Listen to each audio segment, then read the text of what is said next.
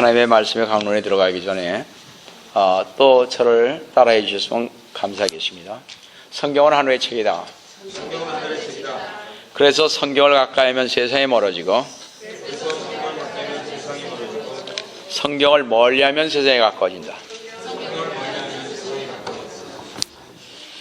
오늘도 주님 안에서 여러분과 함께 은혜의 말씀을 나누려고 하는 것은 아까 봉독해 올린 하나님의 말씀인 킹제임스 성경 창세기 29장 20절에서 30절 또 30장 30절에서 43절로서 믿음의 조상인 족장들의 23번째인 야곱에 관한 6번째인 야곱의 결혼이라는 제목으로 이 시간 은혜를 나누려고 합니다.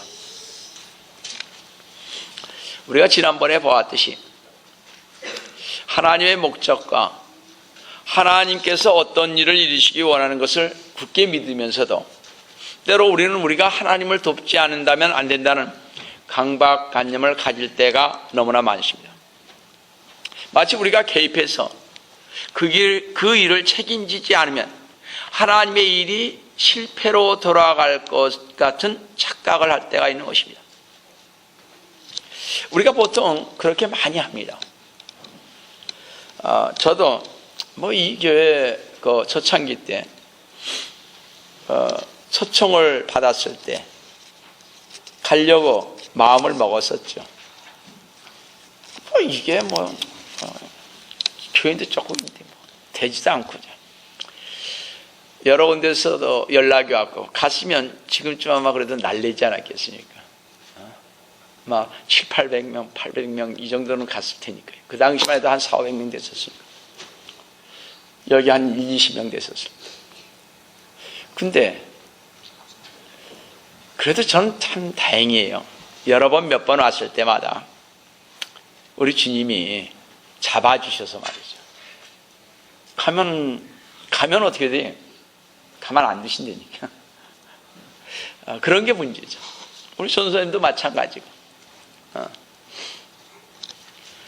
한국에 갔었으면 우리 선생님도 사위 때문에 그 큰 강당에서 한 1000여 명 데리고 있었고 얼마든지 하실 수 있었고 저보고도 오라 그랬는데 참 우리가 참 굳센 사람들이에요. 그런 거 보면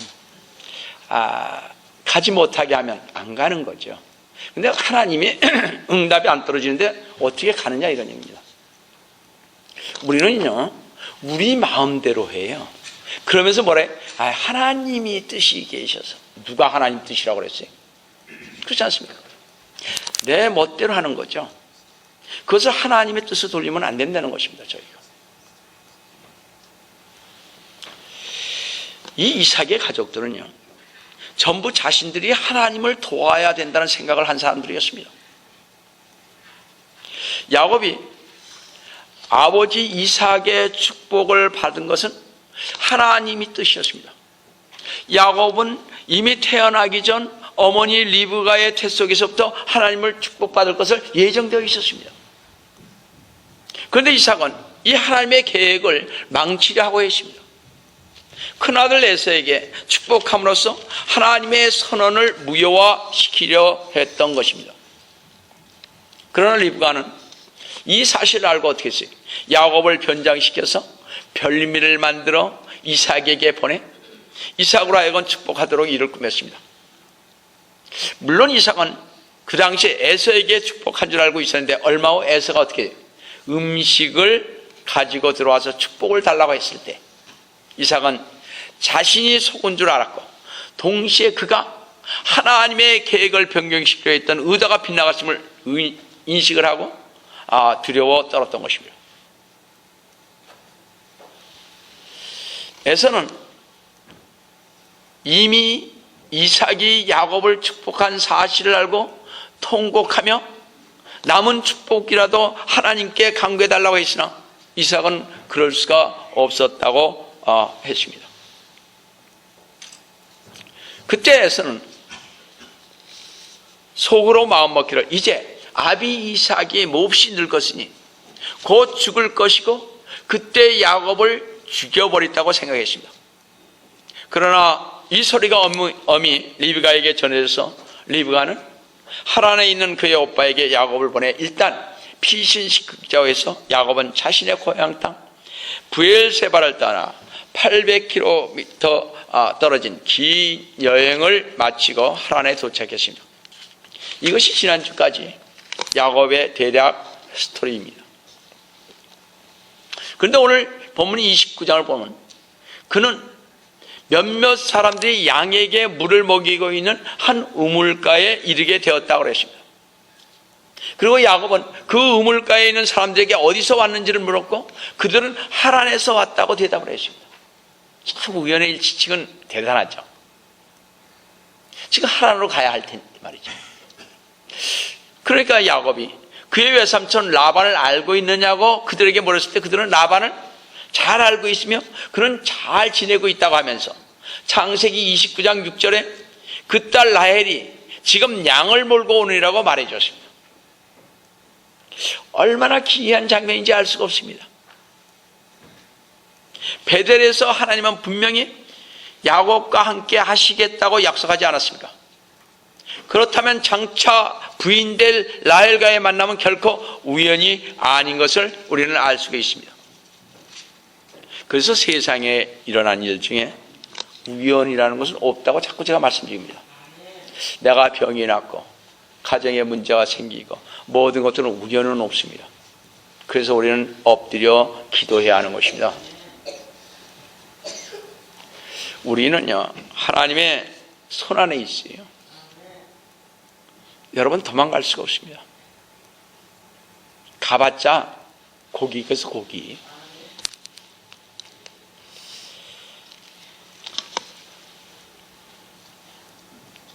또 흥미로운 것은요 전에 아브라함의 종 엘리에셀이 이곳에 왔을 때도 하나님은 그를 인도하여 이 근처 우물 있는 곳에 보내셨고 이삭의 부인 리브카를 때를 맞춰 보내주셨는데 이번에도 어떻게 때 맞춰 라헬을 보내준 사실입니다. 하나님은 정말 얼마나 멋진 하나님이신지 알 수가 없습니다.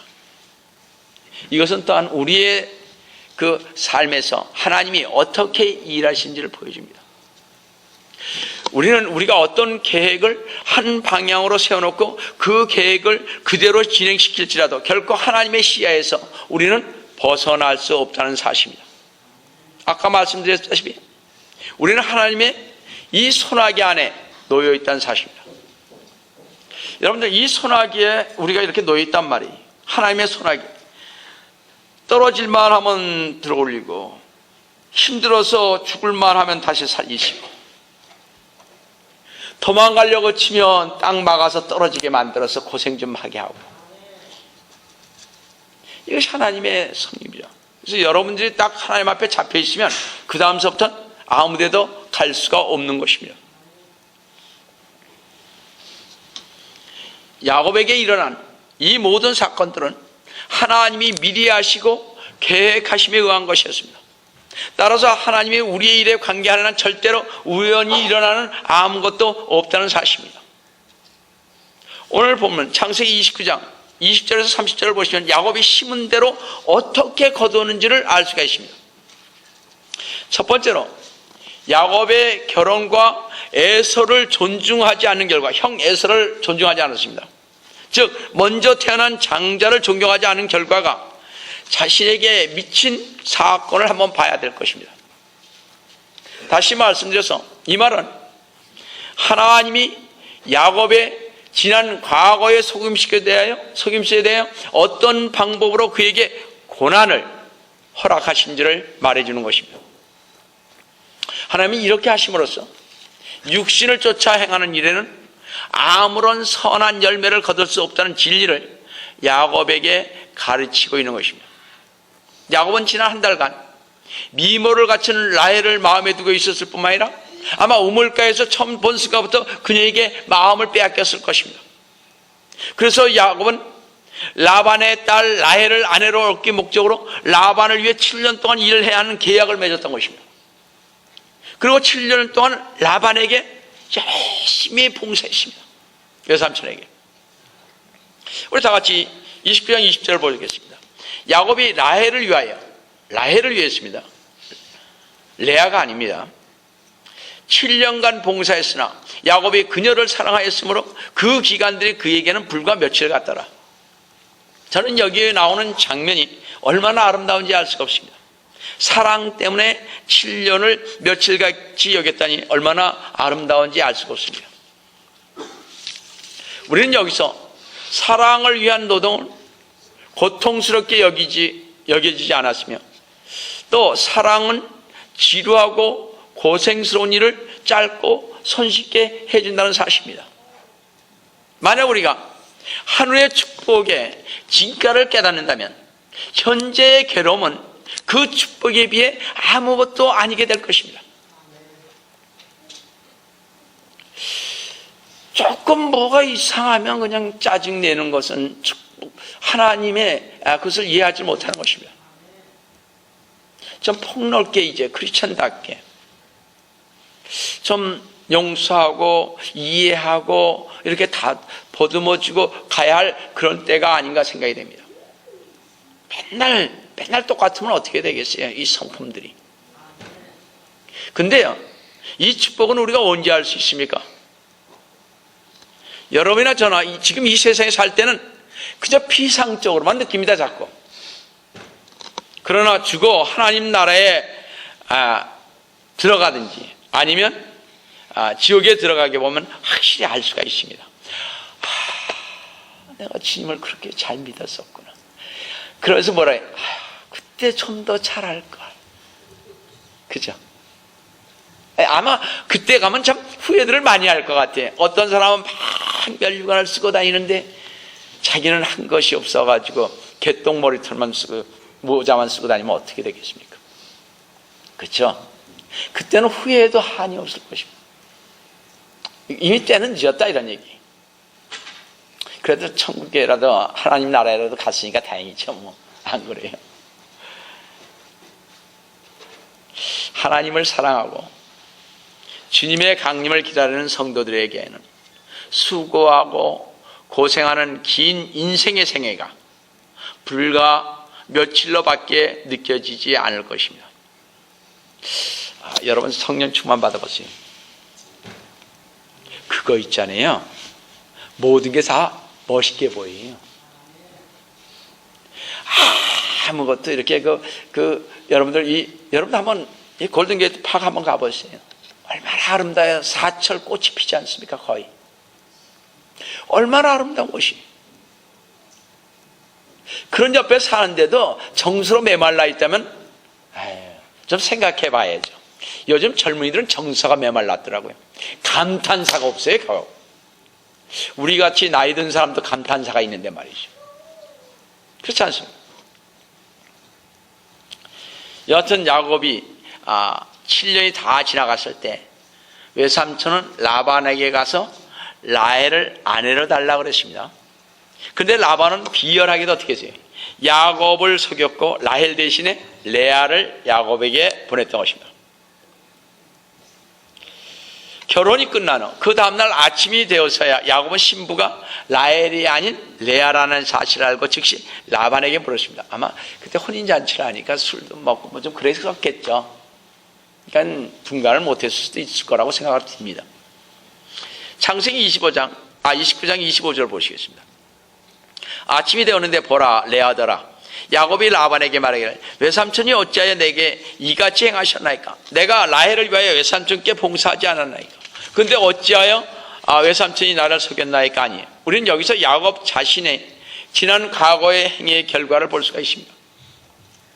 창세기 27장 19절에서 20절에서 야곱은 자기 형 에서로 가장을 했죠.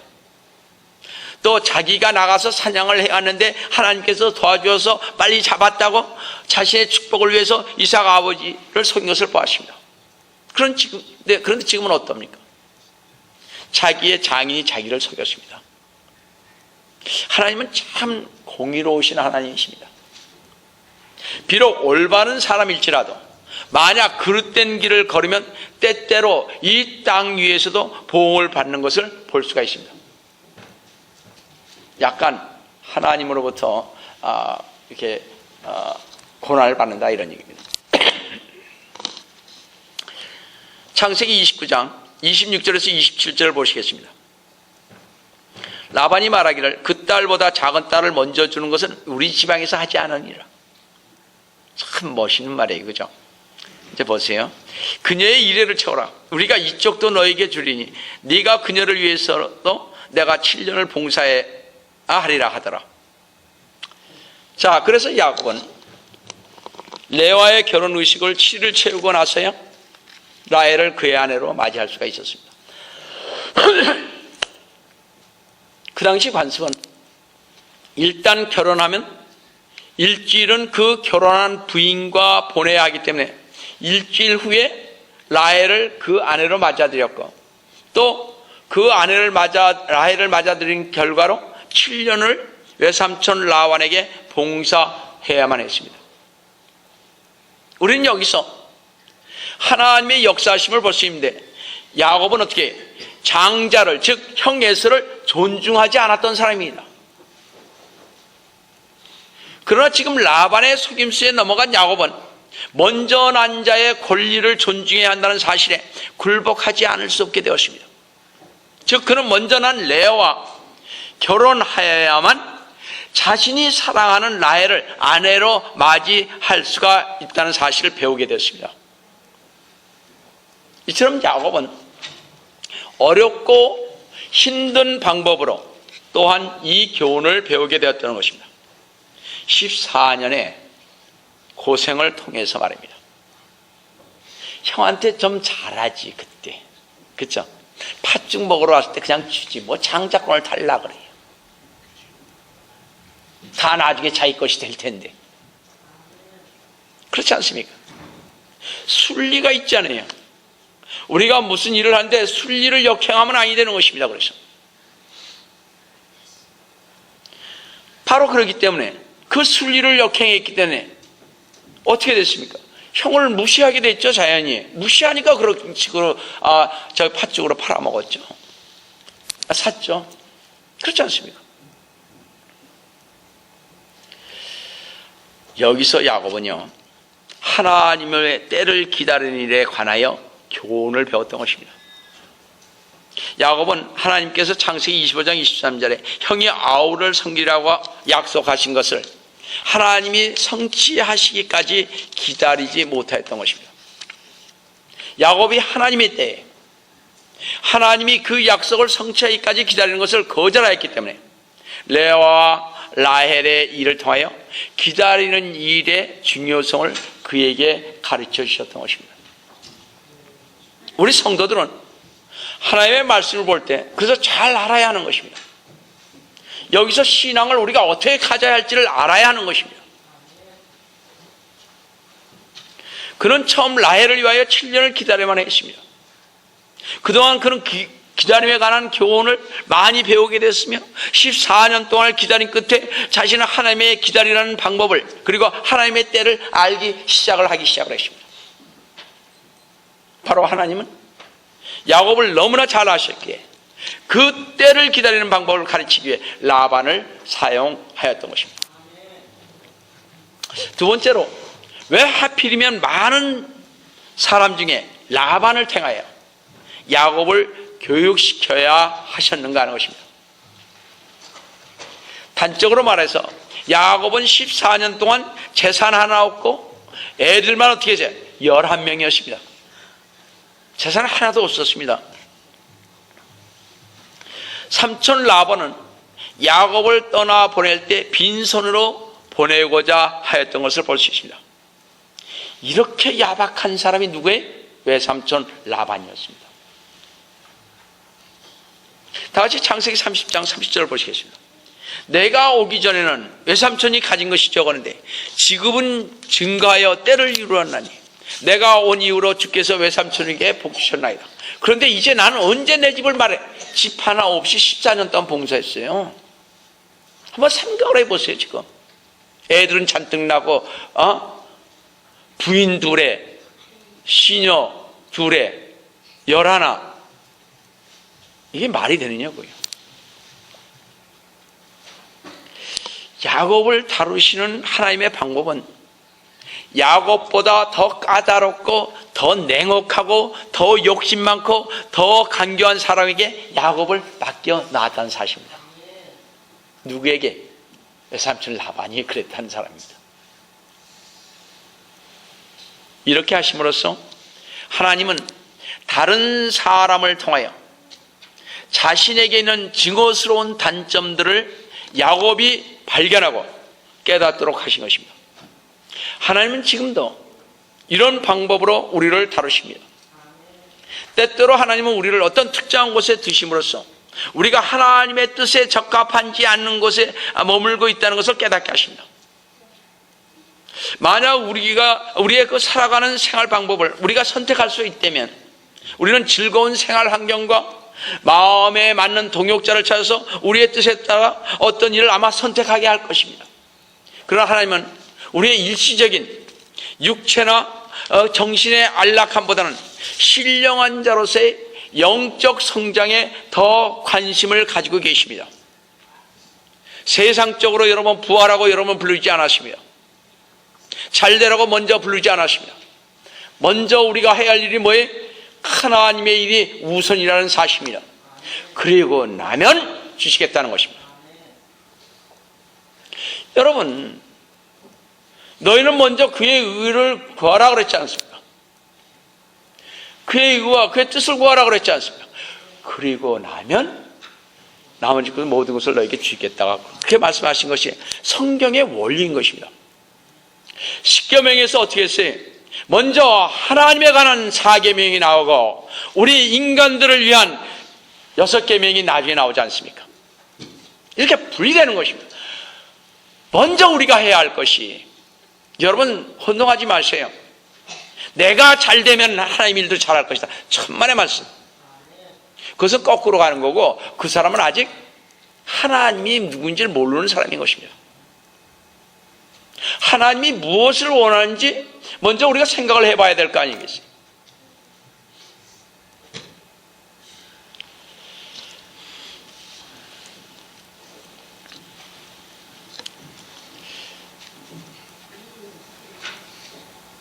그러므로 하나님은 우리의 영원한 영적 유익을 위해서라면 그 일이 우리에게 불편한 것이든 혹은 고통스러운 일이든 간에 우리에게 그 일을 맡기시는 것입니다. 모든 성도들에게는 하나님께서 이루시고자 하는 한 가지 목적이 있습니다. 그리고 하나님은 그 목적을 이루시기 위하여 또 성도들이 더 큰 열매를 맺기 위하여 정경 환경을 이렇게 사용하시는 것을 볼 수 있습니다. 만약 야곱이 외삼촌 라반이 아닌 이성적이고 관대하고 신사적인 어떤 사람과 함께 지내게 되었다면 야곱에게는 얼마나 큰 손실을 가져다 주었을까 생각해 봅니다. 아마 야곱은요 더욱더 오만하게 되었을 것이고 더욱더 교만해져서 자기뿐이 옳은 줄 알게 생각했을 것이고 결국 하나님이 사용하실 수 없는 무익한 사람이 되고 말았을 것입니다. 이런 혹독한 사람을 붙여주니까 야곱이 거기에서 깨닫고 하나님께서는 이렇게 역사하는 것이로구나 거기서 배워가는 것입니다. 인생을.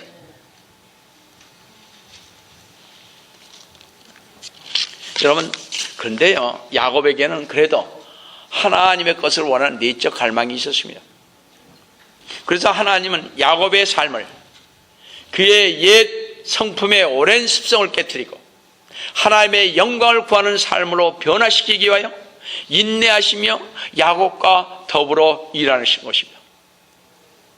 마찬가지로 하나님께서는 우리의 모든 것과 우리의 깊은 본질의 세세한 것까지 모두 아시기 때문에 우리를 하나님 가까이 데리고 가시기 위해 환경을 사용하셔서 우리에게 연단을 주시는 것입니다.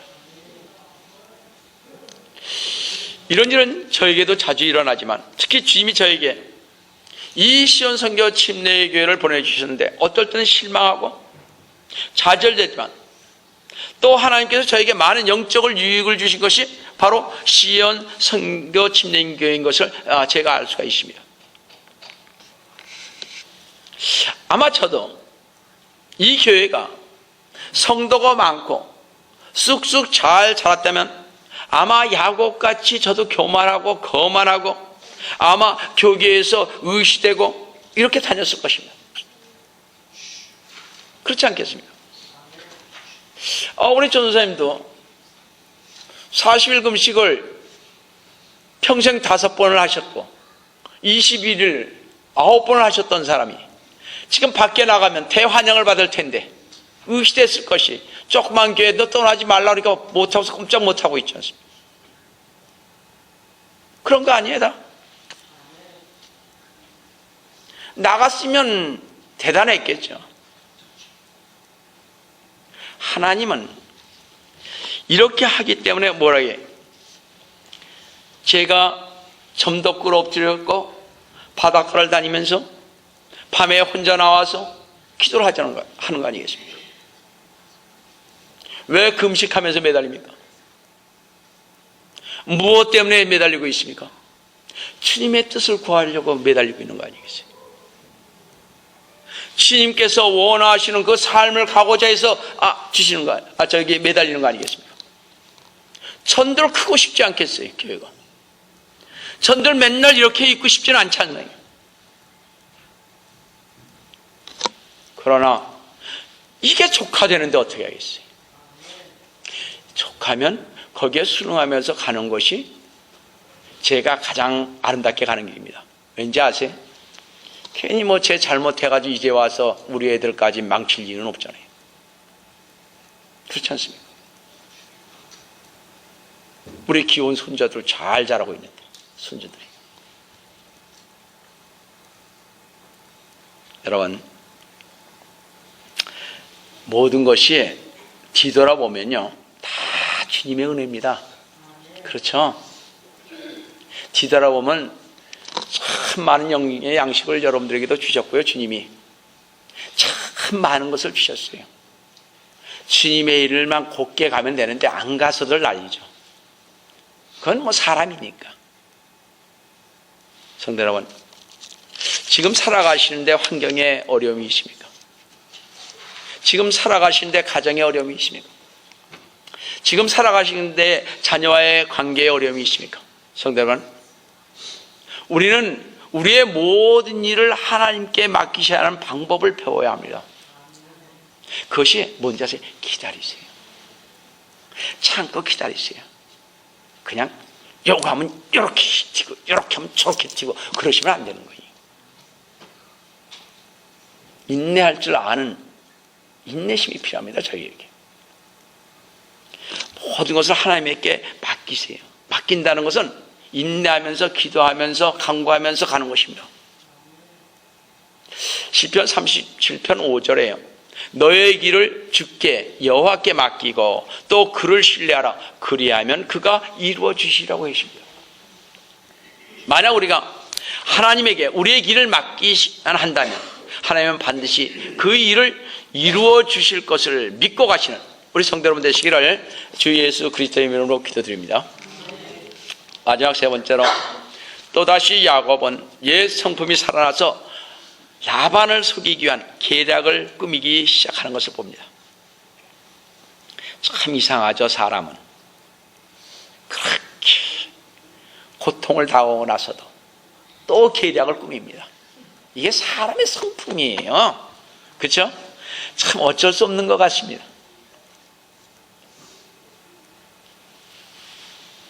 라반이 야곱에게 품삯을 정하라고 했을 때 이제 이 죄인은 야곱으로 하여금 또 한 번의 속임수로 세상적인 부를 획득하기 위한 구실을 주었습니다. 자, 야곱의 그 죄를 한번 잘 보시기 바랍니다. 야곱은 참 말을 잘했던 것 같아요. 속이는 사람이 말 잘하잖아요, 보통. 창세기 30장 31절 32절을 보겠습니다. 그가 말하기를, 라반이 말하기를요, 내가 내게 무엇을 주려 하더라. 야곱이 말하기를, 외삼촌께서는 내게 아무것도 주지 않아도 되나니 만일 외삼촌께서 내게 이것을 해주신다면 내가 다시 외삼촌의 양떼를 치고 지키리라. 내가 오늘 외삼촌의 모든 양떼 속을 두루다니며 이때부터 양들 중에서 얼룩얼룩하고 점 있는 양들과 모든 갈색 양들 또 염소들 가운데서 점 있고 얼룩얼룩한 것들을 가려내리니 그것들이 나의 품삯이 되리이다. 얼마나 좋습니까? 라반은 즉시 제안에 응했습니다. 왜냐하면 지금 야곱의 제안은 바보와 같은 어리석은 제안으로 느꼈기 때문입니다. 양떼 가운데서 어떻게 우선 아롱지고 점이 있고 갈색을 가진 것은 모두 가리어내어버리고 나머지 같은 색깔 똑같은 하얀 색깔만 양들을 야곱이 데리고 가서 키우겠다고 그랬습니다. 어느 게 더 많겠어요? 그러니까 참 바보 같지 않아요, 얼른 봤을 때는.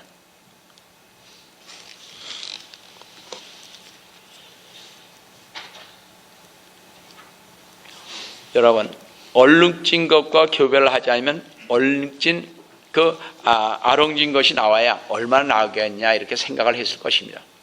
그러니 라반이 속으로 코웃음을 웃으며 춤을 추었을 것입니다. 그러나 모사꾼인 라반은 야곱이 14년간 양치면서 얻은 경험을 알지 못했습니다. 여러분, 이미 아롱아롱한 것이 흰 양이라도 이미 그 속엔 DNA가 우리가 지금도 잘 알다시피 알록달록하고 점 있는 인자가 다 들어있지요. 나게끔 돼 있어요. 더 많이 날 수 있는 걸 누가 몰랐어요? 라반은 모르고 있었어요. 그 돈뿐이 모르는 인색한 사람이 그냥 내쫓을 사람인데 그걸 몰랐죠.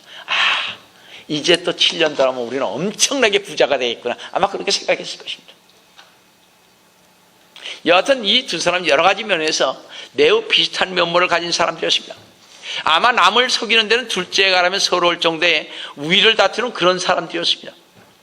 단지 다른 것이 있다면 야곱은 분명히 하나님을 믿는 신자였으나 라반은 불신자였음에 틀림이 없을 것입니다.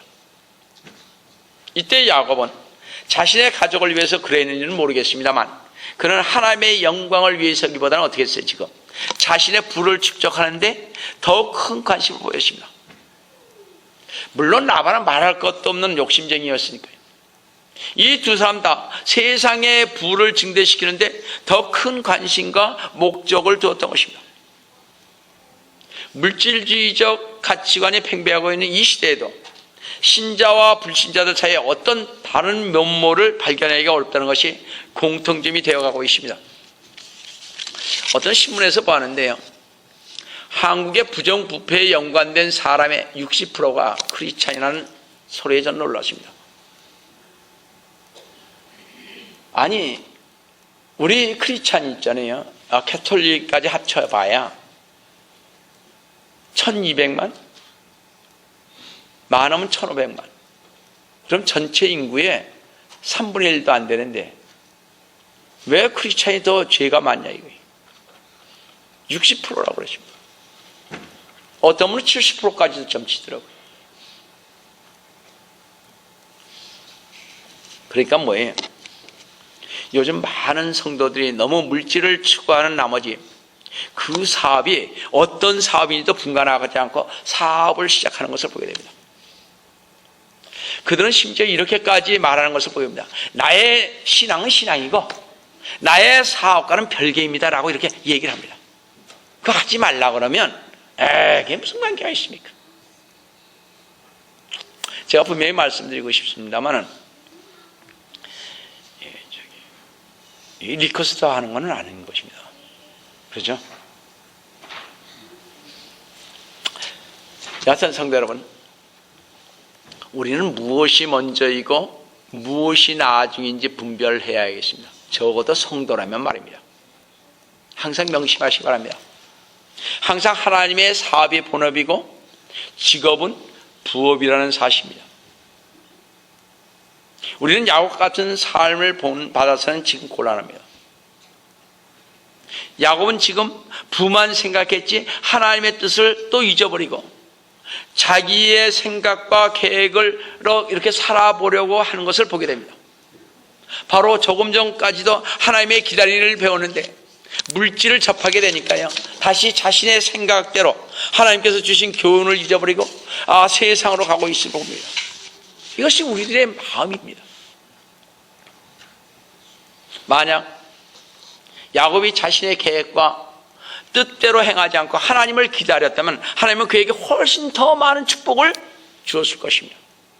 성도 여러분, 이 세상을 사시면서 물질을 접해도 물질에 현혹되지 마시고 주님의 뜻을 분별하여 인내하시면서 하나님의 때를 기다리며 사시는 여러분 되시기를 주 예수 그리스도의 이름으로 축원드립니다.